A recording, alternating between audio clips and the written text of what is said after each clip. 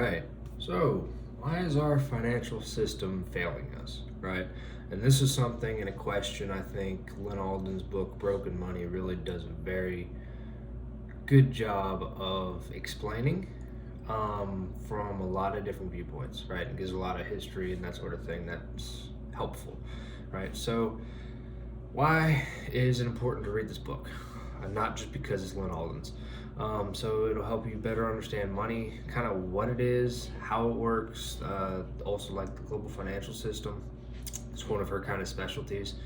Um, and not only does it help improve like your understanding, you can actually put yourself in a better position with that kind of information, right? Just understanding how the global financial system works in general can really help you kind of make those kind of macro moves in your own personal situation that sets you up for, I won't say just success, but like actually thriving in life, right? So who is Lyn Alden? She is a macroeconomic analyst with a focus on monetary systems and energy markets. She has a background in systems engineering, engineering economics, and financial modeling. She writes a lot of papers and research, but one of the primary ways that I kind of am exposed to her research and information stuff is through Rebel Capitalist Pro. If you guys don't know what that is, I highly recommend actually looking at it. I've been in that. It's like an investment forum. If you know who George Gammon is, definitely recommend looking that up. Just goes more in depth in specific parts of like the financial system and that sort of thing. And he's retired and has time to actually do the topic justice, I'll say. Don't want to come across the wrong way, but I've been a part of that forum for 3-4 years, somewhere around there. Anyways, but yeah, definitely recommend it. A lot of her, we'll go back to Lyn Alden, stay on topic. A lot of her research and that sort of stuff I've found kind of fundamentally helpful in making up like my own portfolio and how I navigate that sort of thing. Regardless, so her book is kind of broken up into 6 parts. The first one is what is money, right? I'll show you. What am I doing? Here's the cover. I like these are my favorite kind of backing, so I'm like in love with this book. Not just because of the content and stuff, I just love the hardback, this specific kind of hardback. It's just pleasing to hold, but I always never stop being a nerd. But anyways, so the first part is what is money, right? And she really goes into like ledgers as the foundation of money and the evolution of commodities as money, right? Think of like the ideal properties of money, and you hear that stuff a lot with like gold bugs and their arguments. But yeah, there's kind of really the basics of like how money philosophically works, right? And then she goes for part 2, the birth of banks, something called the Hawala system, which is pretty much it. Everyone kind of knows about this, is what banks do. She's putting a name to the system and going into the actual like history of how it used to work like millennia ago, right? So it's what it is by definition is the Hawala system, Hawala,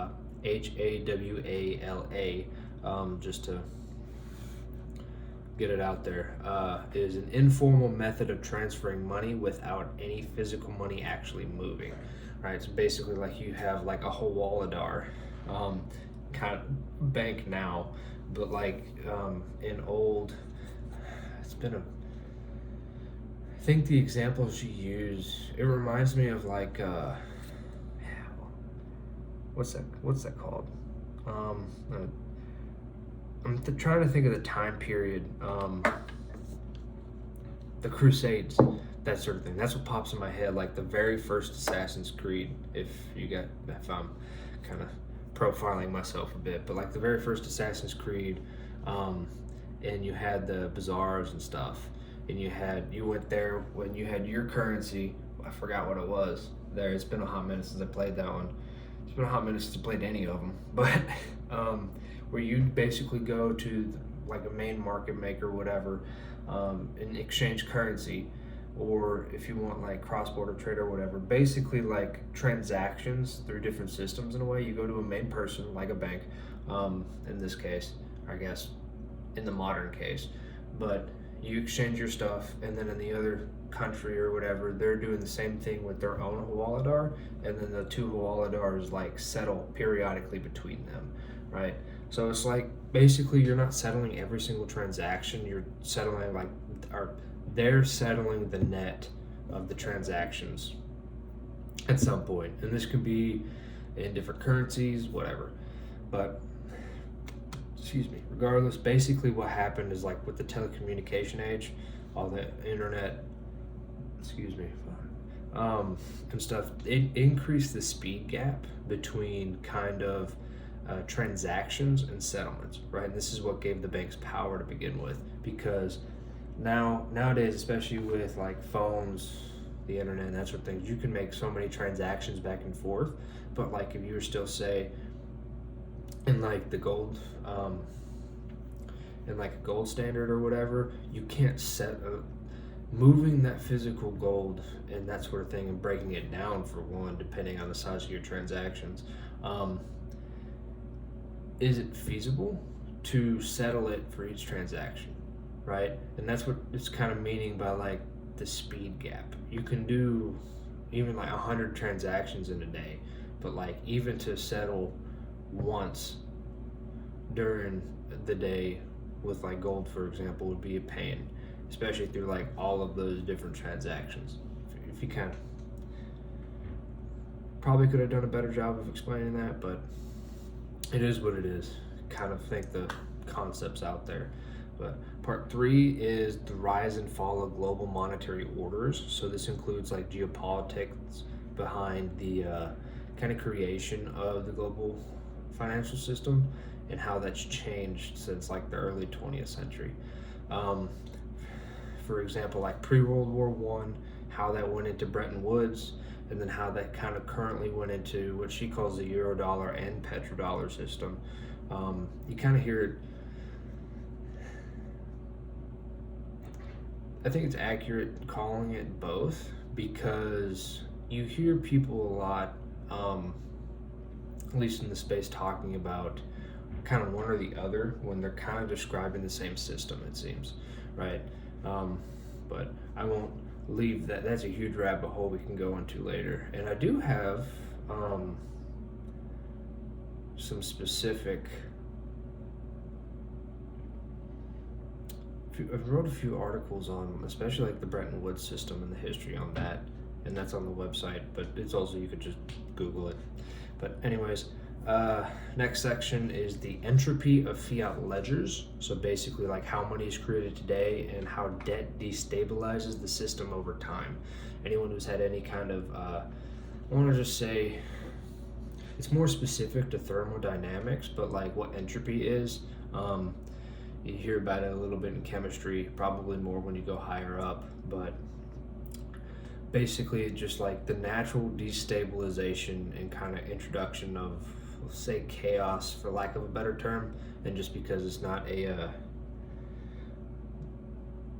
demographic that my videos go to aren't necessarily high up in sciences typically. I like to keep this more general, if that makes any sense. But introducing more systems naturally destabilize over time, and how that applies to especially fiat currency systems is what that section is kind of about. And then you go on to the internet native money, so trade-offs and risks of new financial technologies like Bitcoin, stable coins, smart contracts, and CBDCs. She does a really good job at kind of talking about all of those, especially CBDCs. I've talked a lot about those in the past. I have a whole playlist of like 30 videos. That might be grossly inaccurate. There's quite a few, I will say that. I don't know quite that many. I don't like giving wrong information. So, oh no, I'm right. 32 videos in that one for more on CBDCs, and that the information I got from those was straight from like the horse's mouth, if you will. I think, was it the Fed? The specific institution is eluding me right now, but anyways, I'll put a link to that too. Put that in there so you guys find that easy.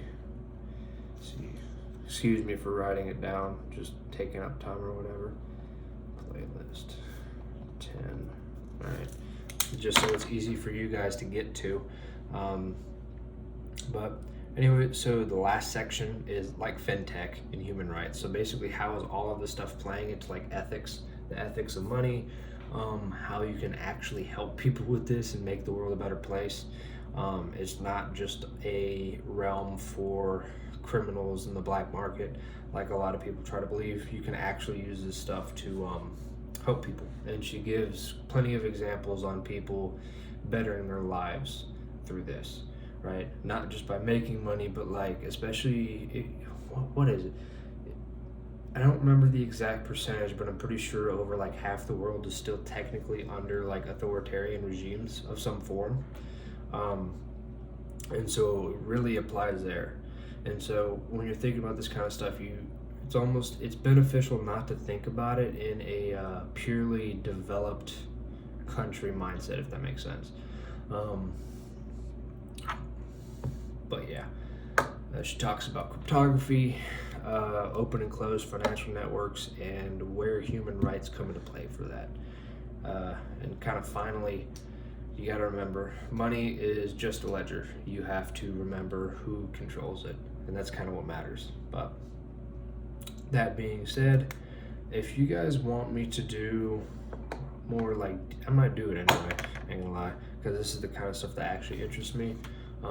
But she has a lot of sources, and I'll probably start making videos with those.